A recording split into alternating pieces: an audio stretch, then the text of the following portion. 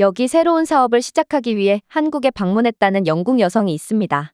그런데 그녀는 우연히 들어간 한국의 전통시장에서 계산은 안 하고 이해할 수 없는 행동만을 일삼는 한국인들의 행동에 완전히 학을 떼고 말았다고 하는데요. 그리고 그녀는 이내 한국인들의 수상한 행동의 정체를 이해하게 되었고 결국 이럴 수는 없다며 무릎을 꿇고 말았다고 합니다. 그렇다면 그녀가 한국에서 대체 어떤 경험을 했던 것일까요? 안녕하세요. 저는 영국 브라이튼에서 여행사를 운영하고 있는 샬롯이라고 합니다. 사실 저희 여행사는 규모가 그리 크진 않지만 제 여행사는 부모님으로부터 물려받은 것으로 이쪽 업계에서는 꽤나 신뢰도를 받고 있었습니다. 그러나 한번 하락세로 접어든 제 여행사는 아무리 발버둥 쳐도 도저히 살 길을 찾을 수가 없었죠. 브렉시트 이후, 인플레이션 이후, 중국발 전염병 이후 제 고객층은 사막에서의 비처럼 말라버렸습니다. 유럽 노선만을 전문적으로 담당하던 저희 여행사였기에 영국인들은 이젠 너무도 뻔해진 유럽 투어에 대해 실증을 느끼기도 했고 유럽의 경제 악화도 매출 부진의 이유가 될 수 있겠죠. 유럽의 경제는 침체되고 여행객은 줄어들고 부채는 습한 지하실의 곰팡이처럼 자라고 있는 상황이거든요. 하지만 아시아는 부상하고 있었습니다. 희망만이 아니었습니다. 유일한 기회였죠. 그리고 제 본능은 말하고 있었습니다. 저는 단순히 확장하려는 것이 아니라 생존을 위해 아시아로 탈출해야 한다는 것을 말입니다. 제 여행사처럼 유럽 투어만을 전문적으로 하던 여행사들은 현재 전부 다 망해버렸다는 것을 고려해본다면 저는 반드시 도전을 해야 하는 상황이었습니다. 그리고 저는 사업 대출을 갚기까지 한 달이 채 남지 않은 상황이었고 지금 바로 행동해야 했죠. 그리고 몇 시간 동안 지도를 응시한 결과 저는 한국과 중국이라는 나라에 희망을 걸어야겠다고 생각하게 됩니다. 일단 중국은 거대했습니다. 수십억 명의 사람들과 끝없는 도시, 중국은 마치 기회의 짐승처럼 보였습니다. 길들일 수만 있다면 막대한 이익을 가져올 수 있겠죠. 그리고 한국은 중국보다 더 작지만 훨씬 세련된 국가였어요. 모든 여행 블로그와 기술 분야에서 떠오르는 조용한 별이었죠. 하지만 저는 시행착오에 여유가 없었습니다. 한 번의 기회만 살 수 있었습니다. 비행기표 한 장은 제가 도약을 할 것인지 아니면 그대로 망해버릴지를 결정하겠죠. 그렇게 저는 투어 상품 기획을 위한 사전 답사를 하기 위해 베이징에 도착하게 됩니다. 솔직히 많은 기대를 하지는 않았어요. 중국이 아무리 가능성이 많은 국가라고 한들 아직 개발도상국일 뿐이고 아무래도 제 고객분들도 아시아 특유의 문화를 즐기려고 중국을 선택하지 대단한 기술력과 청결을 기대하고 중국을 선택할 리는 없었거든요. 그러나 중국은 제가 생각했던 것 그 이상을 보여주는 국가였습니다. 화장지도 없고 전력 인프라 미흡으로 인해 복도 조명이 깜빡일 뿐더러 오래된 냄새가 나는 공포영화 속에서 볼 법한 호텔방은 제게 아무것도 아니었어요. 물론 한나라의 수도라는 곳에서 이런 장면이 펼쳐진다는 것에 대해 저는 조금 황당함을 느끼긴 했지만 제겐 그보다도 더욱 공포스러운 장면이 기다리고 있었거든요. 일단 저는 중국의 요리적 자부심인 훠궈를 체험하기로 했습니다. 음식은 투어 패키지에서 가장 중요한 부분이라고 해도 과언이 아니고 훠궈야말로 서양 음식과는 완전히 차별되는 독특한 음식이었거든요.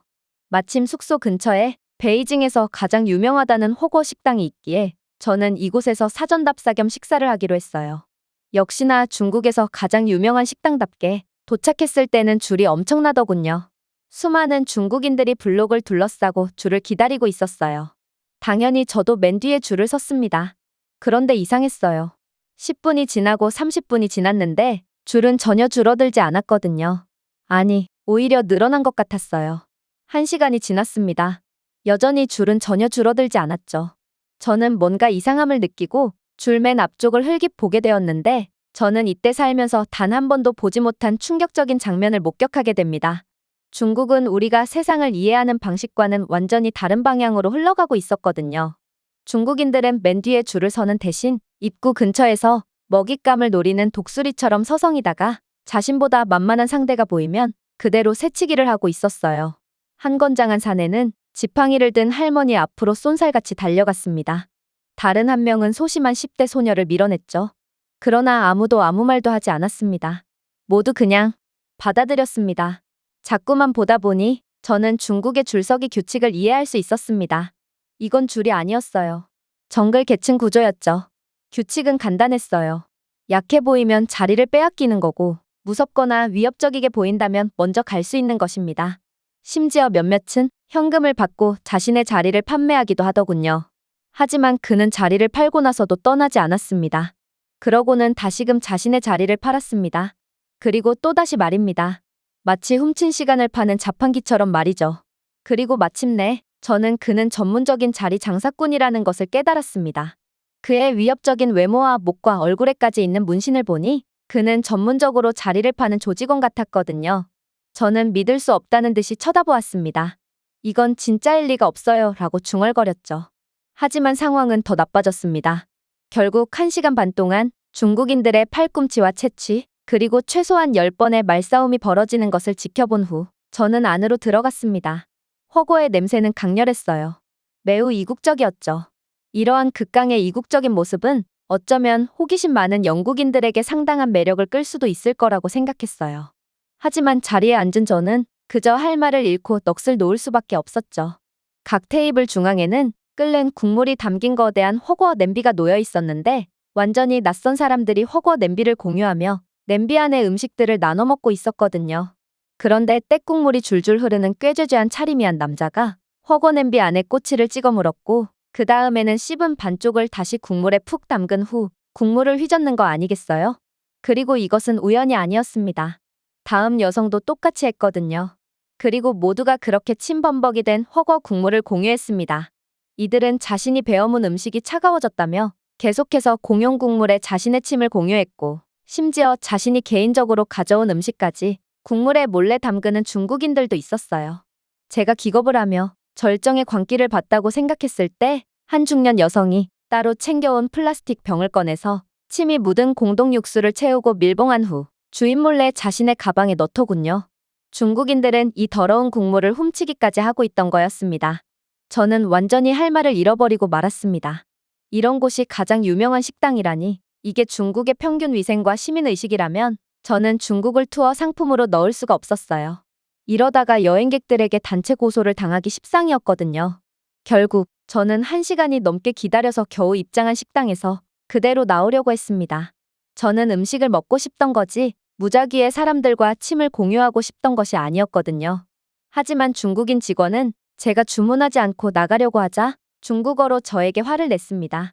저희는 번역앱을 통해 대화를 해야 했는데 그는 제게 화를 내며 정체불명의 청구서를 내밀더군요. 내가 음식을 먹지 않았더라도 너는 전골 참석비를 지불해야만 해. 그러지 않는다면 이곳에서 한 발자국도 나갈 수 없어. 저는 여행 전문가답게 이건 외국인을 노린 사기라는 것은 잘 알고 있었어요. 그러나 더는 논쟁할 기력이 남아있지 않았고 기름이 뚝뚝 떨어지고 쥐와 바퀴벌레가 기어가는 이곳 식당에서 더는 있고 싶지 않았습니다. 그래서 그저 50위안을 던지듯 지불하고 식당에서 나왔어요. 그리고 택시를 잡고 호텔로 다시 돌아가려고 했죠. 인도를 주행하는 스쿠터와 차량에 의해 거의 치일 뻔했지만 그래도 다행히 택시에 탑승했습니다. 그런데 호텔에 도착한 중국인 택시기사는 제게 정상 요금의 10배를 요구하더군요. 이건 말도 안 됐습니다. 아무리 외국인에게 요금 과다 청구를 하는 일은 개발도상국에서는 빈번하다고 해도 10배라니요. 이건 듣도 보도 못한 상황이었습니다. 하지만 제가 돈을 지불할 것을 거절하니 중국인 택시 기사는 흉기를 꺼내어 제게 겁을 주더군요. 결국 저는 정상가의 5배 요금으로 합의를 한 채 돈을 갈취당한 채 차량에서 내려야 했습니다. 아니, 정확히는 6배였죠. 그렇게 택시에서 내려보니 그는 제게 잔돈을 고의적으로 덜 줬다는 사실을 뒤늦게 알아챘거든요. 그때 문득 떠올랐습니다. 저는 잘못된 나라에 있었습니다. 문화를 목격한 것이 아니라 혼란으로 위장한 집단적 사기의 현장에 도착해 있었습니다. 결국 저는 예정보다 훨씬 일찍 중국을 떠나 한국으로 향하기로 했습니다. 중국에서 투어 상품을 계획한다면 저는 고객들에게 집단 소송을 당해 파산을 할 게 분명했거든요. 한국으로 가는 비행기 안에서 저는 아직도 긴가민가 했어요. 뭔가 한국도 중국과 비슷한 문화와 수준을 가졌을 거라는 생각이 계속 들었거든요. 하지만 그렇게 공항 근처의 택시 정류장에서 택시를 타게 되었을 때 저는 깜짝 놀랄 경험을 하게 되었습니다. 한국인 택시기사는 제 짐을 정중하게 넘겨받고 트렁크에 실어주었을 뿐만 아니라 기본적이지만 정중한 영어를 구사하며 주행 중간중간 한국의 랜드마크 건물들에 대한 설명을 건넸거든요. 택시 기사가 영어를 할 수 있다니 정말 놀라웠습니다. 사실 영국에서조차 택시 기사가 영어를 거의 못하는 경우를 심심치 않게 찾아볼 수 있거든요. 이민자 출신의 택시기사들은 영어를 거의 못했기에 저는 제 조국인 영국에서조차 번역 앱이나 손짓으로 의사소통을 해야 했습니다. 제 돈 내고 탄 택시인데 제가 고생을 해야 했죠. 하지만 한국은 그와는 차원이 전혀 달랐습니다.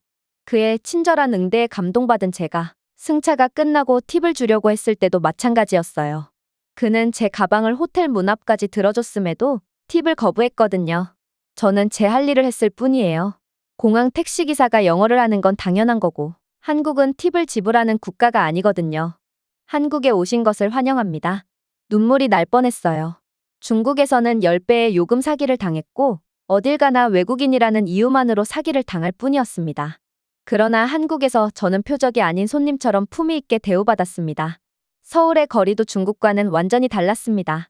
만약 한국이 중국과 비슷한 국가였다면 이것보다 훨씬 시끄러웠어야 했어요. 동시에 매우 혼란스러웠어야 했죠. 하지만 그렇지 않았습니다. 대신 깨끗한 도로와 질서정연한 보행로가 절 반겨주고 있었어요. 시끄럽게 소리를 지르는 사람은 단 한 명도 없었고 거리에는 쓰레기 하나 없이 깨끗했죠. 포장도로는 흠이 없는 새것 같은 상태를 자랑하고 있었어요. 이렇듯 한국의 인프라가 매우 깨끗하게 유지될 수 있는 이유는 간단했습니다.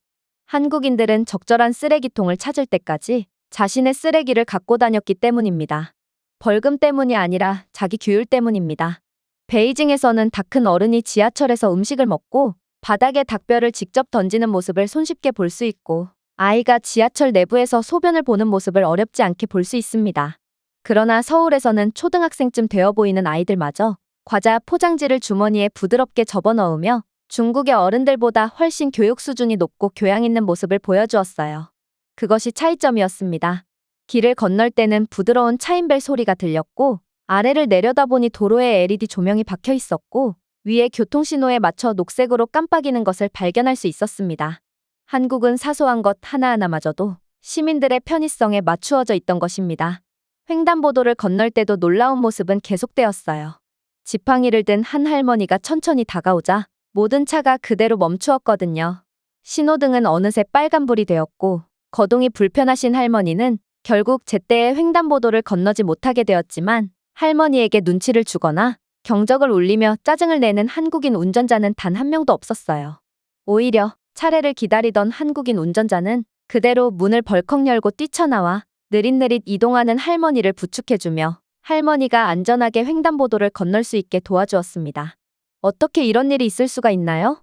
중국에서는 버스조차 신호를 제대로 지키지 않습니다.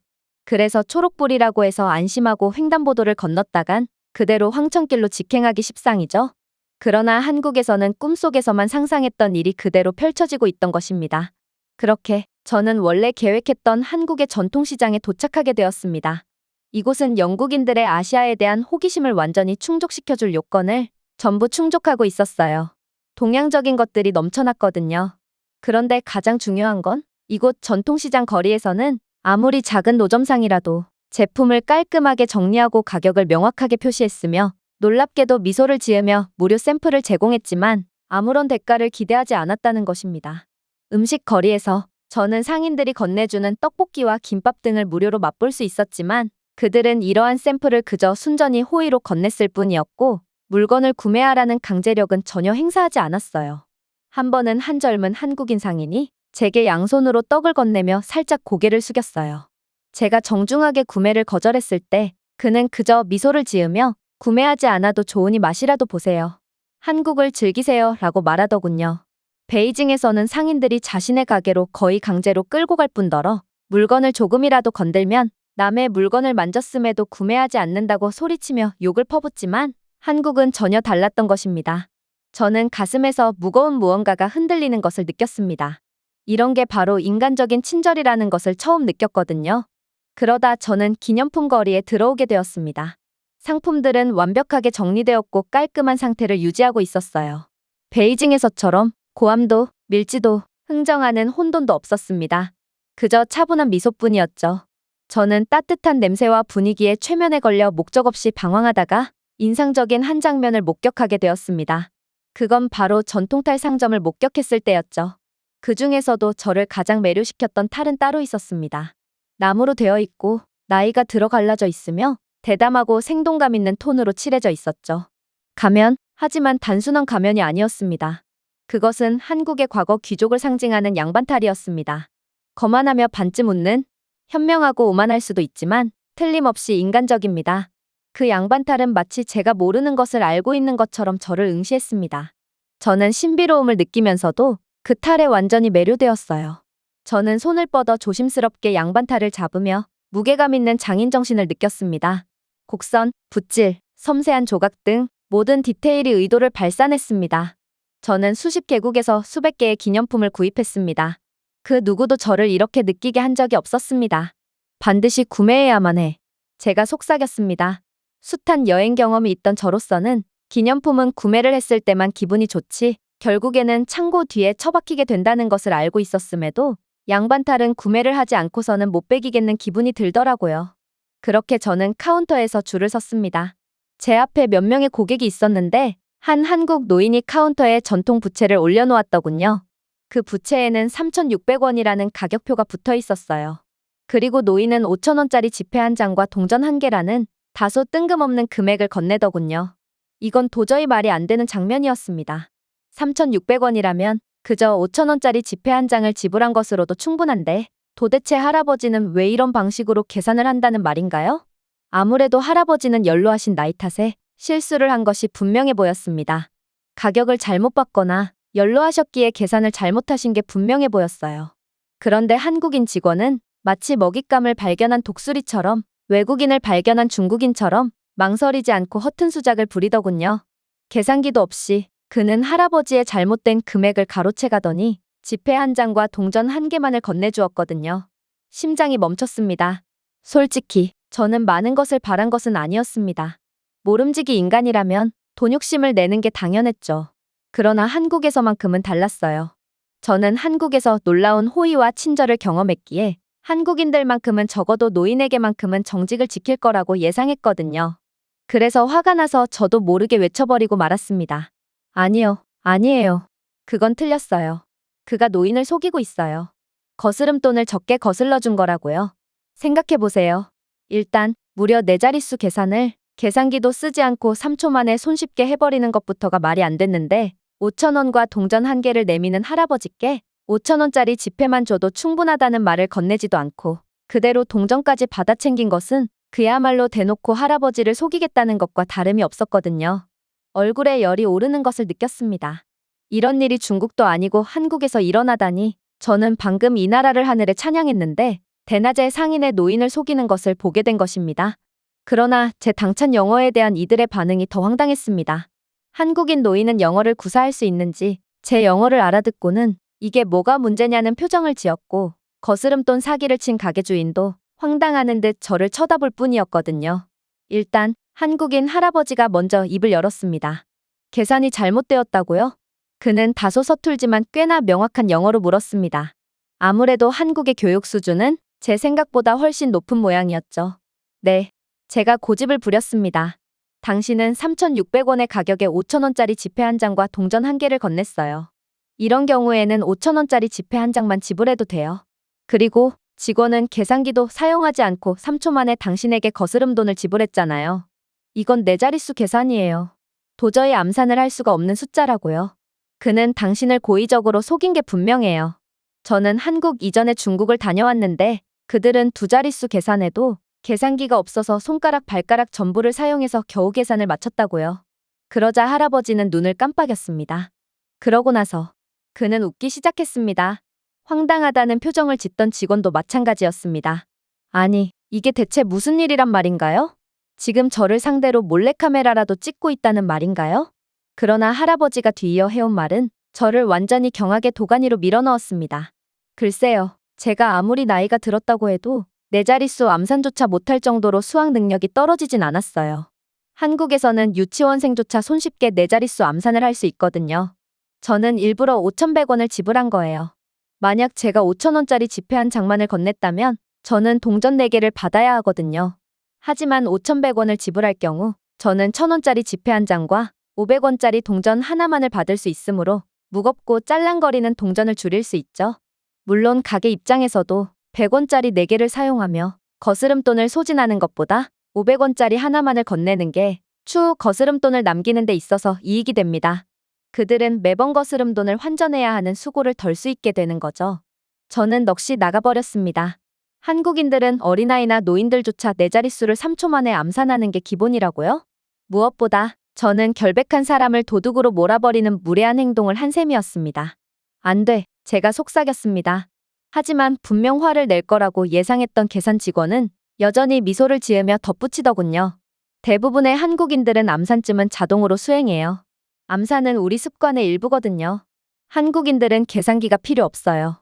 왜냐하면 한국인들은 전 세계 수학 능력 1위를 자랑하는 국가거든요. 네 자릿수 계산의 계산기를 사용하다니 이건 한국인으로서 수치와도 같은 행위예요. 그 또한 유창한 영어를 구사하고 있었고 저는 이러한 한국인들의 외국어 능력과 수학 능력에 완전히 경악을 하고 말았습니다. 아니, 전통시장 직원이야. 외국인들을 자주 상대하니 그렇다고 쳐도 도대체 일반적인 할아버지조차 당연하다는 듯 외국어를 구사하고 또 미친 듯한 수학 능력을 보여주는 게 말이나 된다는 소리인가요? 정말로 한국인들은 천재임이 틀림없어 보였습니다. 중국인들은 조금 심하긴 했지만 교육 수준이 높은 영국인들조차 마트에서 캐셔 일을 10년 동안 한 베테랑 직원도 암산은커녕 두 자릿수 이상의 계산에는 반드시 계산기를 사용하곤 하거든요. 그렇게 저는 완전히 넋이 나간 채 계산 직원과 노인에게 돌아섰고 어색하게 고개를 숙였습니다. 정말 죄송합니다. 제가 더듬거렸습니다. 그러자 직원은 웃으며 그것을 떨쳐냈습니다. 적어도 한국에서만큼은 남을 고의적으로 속이려는 사람을 볼 수 없을 거예요. 그래도 사회에는 당신 같은 의로운 사람이 필요해요. 다음에도 만약 약자가 피해를 보고 있는 것 같다면 반드시 나서서 도와줬으면 좋겠네요. 하지만 제가 그의 대인배적인 면모에 감탄하며 다시금 고개를 숙이려고 할 때 더욱 기괴한 일이 일어났습니다. 어떤 중년의 남성이 가게에 벌컥 들어오더니 이내 이곳 직원과 자리를 바꿔버렸거든요. 이곳의 주인처럼 보였던 남성은 제게 한국에서 즐거운 시간 보내세요 라는 말을 건네곤 그대로 가게를 나와 옆 가게로 사라졌습니다. 제가 이러한 기괴한 상황에 대해 말을 하기도 전에 방금 들어온 중년의 남자가 카운터로 들어오더니 아무렇지도 않다는 듯이 계산을 이어나가려고 했어요. 저는 여전히 양반탈을 쥐고 얼어붙은 채 서 있었습니다. 지금 무슨 일이 일어난 거죠? 방금 전 직원은 어디로 갔나요? 그러자 중년의 남자는 부드럽게 웃었습니다. 아, 그는 이곳 주인이 아니에요. 사실 이곳의 직원도 아니죠. 그는 이곳 옆 가게에서 또 다른 타일 가게를 운영하는 녀석입니다. 제가 잠시 급한 일이 있어서 가게를 비워둬야 하기에 그가 저를 대신해서 두 가게 모두를 봐준 거죠. 저는 완전히 얼이 빠지고 말았습니다. 그러니까 옆집 가게 주인, 심지어 같은 업종을 운영하는 사람이 당신의 가게를 봐줬다는 말인가요? 그는 미소를 지었습니다. 네, 한국에서는 일반적인 일이죠. 눈을 깜빡였습니다. 하지만 당신들은 경쟁자잖아요. 그는 그게 대체 무슨 상관이냐는 듯 눈썹을 치켜 올렸습니다. 한국에서는 경쟁자 이전에 먼저 친구이자 이웃입니다. 가게 주인들은 화장실에 가고 휴식을 취하고 급한 심부름을 하고 긴급 상황이 발생할 때마다 서로 도와주죠. 저는 정말 말문이 막힌 채 그를 쳐다보았습니다. 저는 중국에서 노점상들이 테이블 뒤에 앉아 각 품목을 자물쇠로 잠그는 모습을 지켜보았습니다. 5,000원도 안 하는 싸구려 품목까지 전부 말입니다. 잠시라도 한눈을 팔면 모든 물건들이 전부 도둑맞기 때문에 온 가족이 가판대 안에서 교대로 잠을 청하는 것을 보았습니다. 옆 가게요? 경쟁 업체라면 손님들에게 옆 가게에 대한 비방을 서슴지 않고 어떻게든 피해를 줘서 망하게 하려고 안달이 나 있습니다. 하지만 여기 한국에서는 달랐어요. 그들은 누군가 현금이나 물건을 훔치는 것에 대해 걱정하지 않았습니다. 마치 그러지 않을 거라고 확신하는 사람들처럼 말이죠. 모든 값비싼 물건들까지 전부 야외 가판대에 나와 있으며 특히나 일부 가게는 주인이 도대체 어디에 갔는지 거의 무인으로 운영되는 곳까지 있었죠. 심지어 한국인들은 자신의 같은 업종 경쟁자들이 자신들을 도와 가게를 지켜줄 거라고 믿었습니다. 정말 놀라웠어요. 그리고 진짜 가게 주인은 마치 한국에서만 볼 수 있는 이러한 문화가 세상에서 가장 평범한 일인 것처럼 태연하게 말을 이어나갔어요. 한국에서는 서로를 돌보기 위해 계약서에 서명할 필요가 없습니다.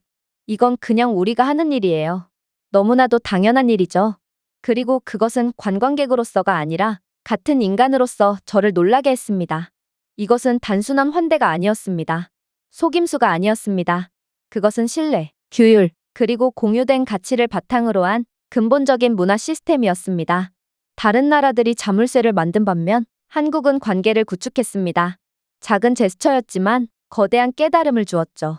그래서 저는 홀린 듯 중얼거리고 말았습니다. 어떻게 이게 정상일 수가 있죠? 경쟁자를 돕는 게 말이 된다는 말인가요?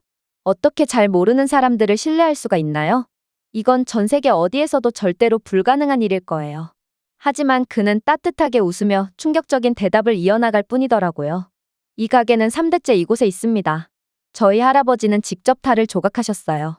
그때 당시의 한국인들은 단순히 물건을 파는 것이 아니라 서로의 아이들을 돌보고 한 가정이 부족할 때 쌀을 나눠 먹으며 항상 자신의 집에 문을 열어두었어요.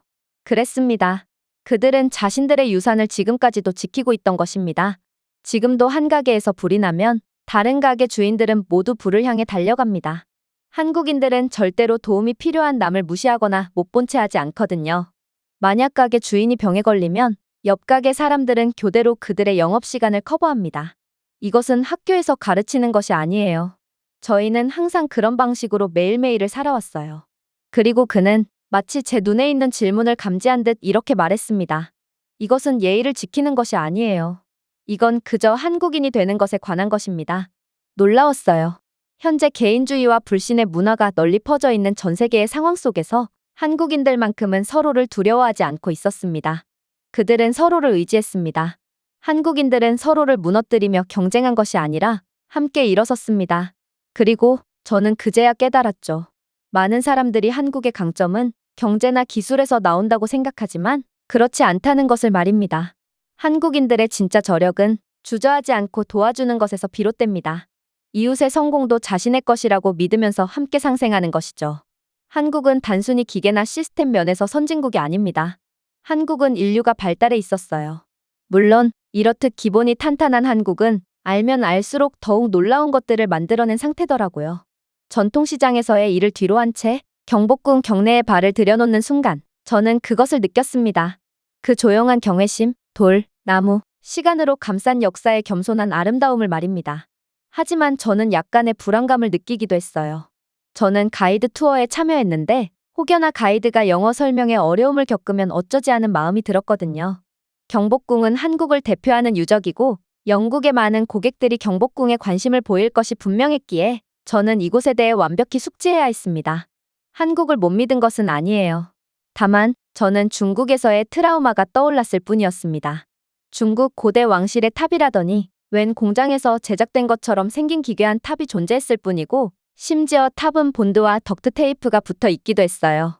중국에서는 공장에서 만든 탑으로 억지로 관광지를 만들어내고 있던 것입니다. 중국 고대 사찰이요? 향도 없고 제단도 없고 승려도 없고 아무것도 없었습니다. 그저 그 옆에서 풍겨오는 기름 냄새와 마늘 냄새뿐이었죠. 옆에는 중국 황제들이 먹었던 음식이라며 100위안이라는 말도 안 되는 가격의 국수를 판매하는 식당이 있었거든요. 아무래도 이 가짜 관광지는 해당 식당이 매출 증진을 위해 억지로 만들어낸 것처럼 보였습니다. 그러니 제가 한국에서 트라우마에 사로잡힌 것도 무리는 아니었죠.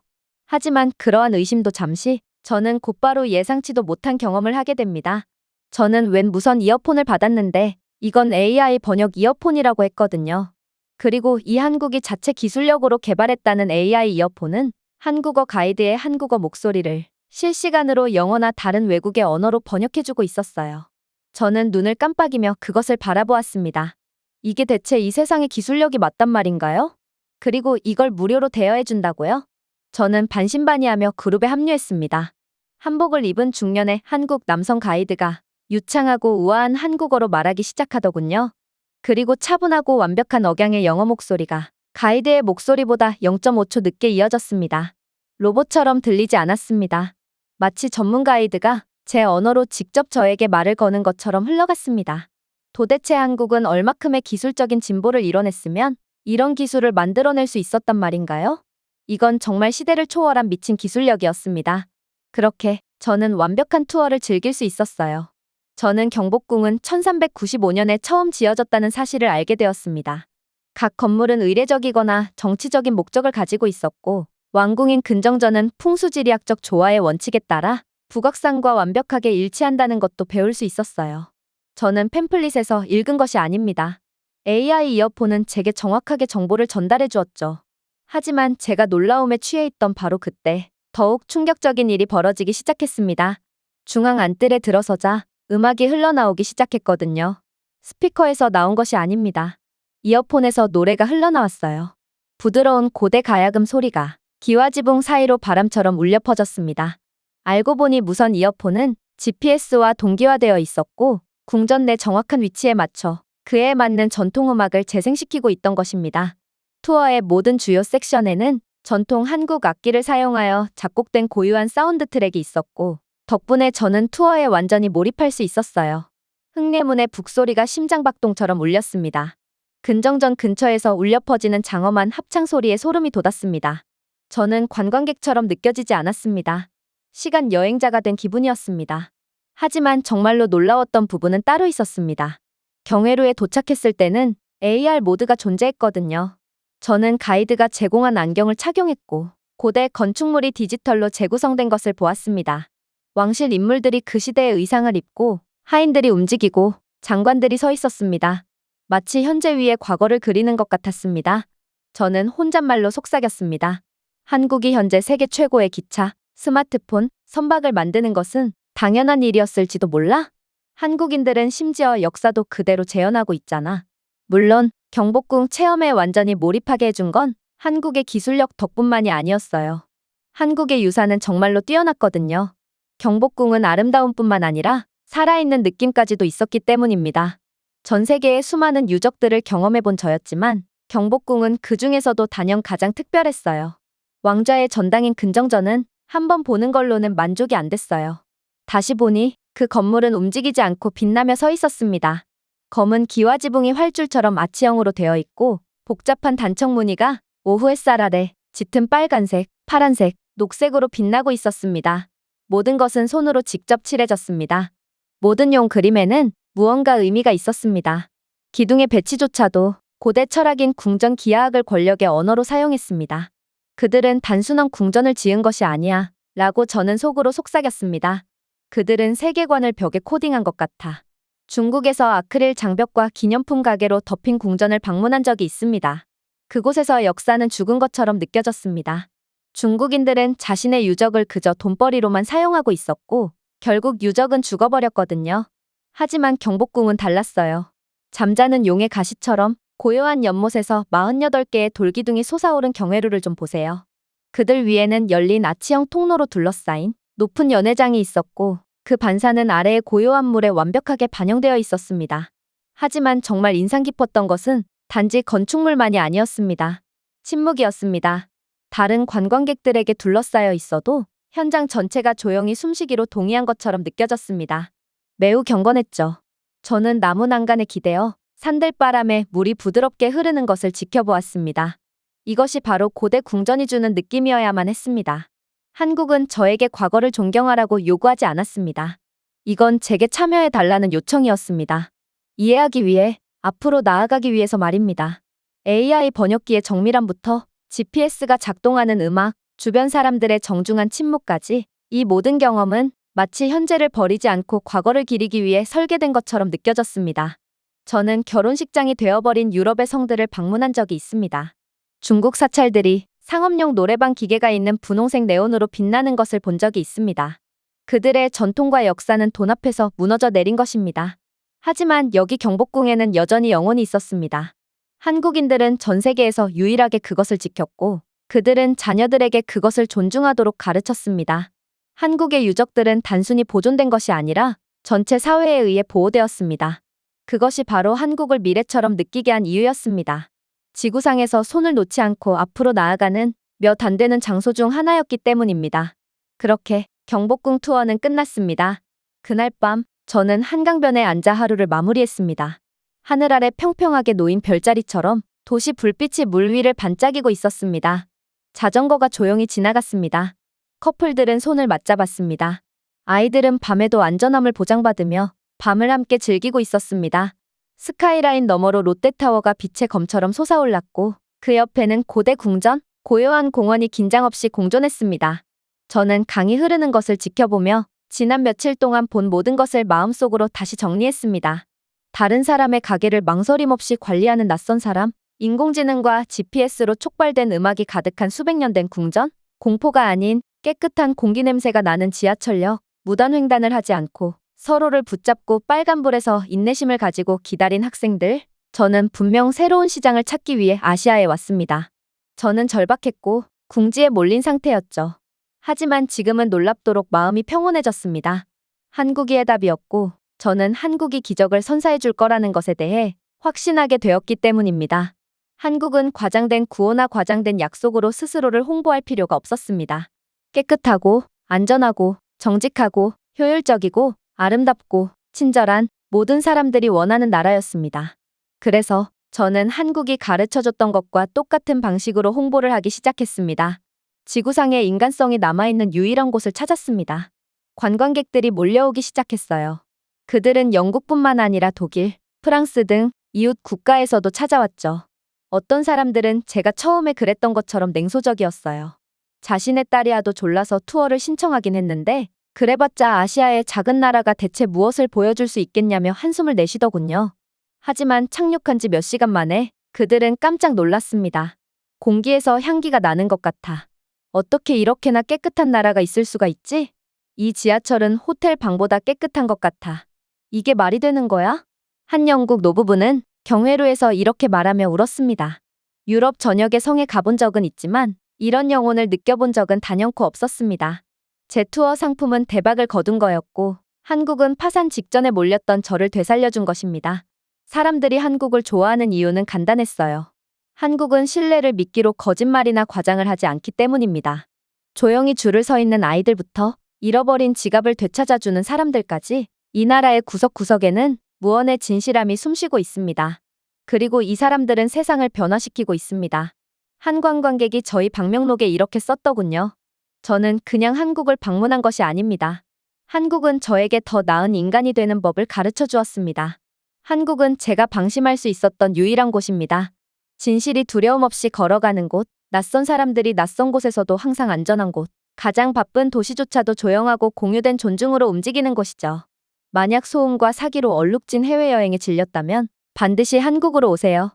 기술이 유산을 향상시키는 나라로 오세요. 언제든지 당신을 환영하는 곳으로 오세요.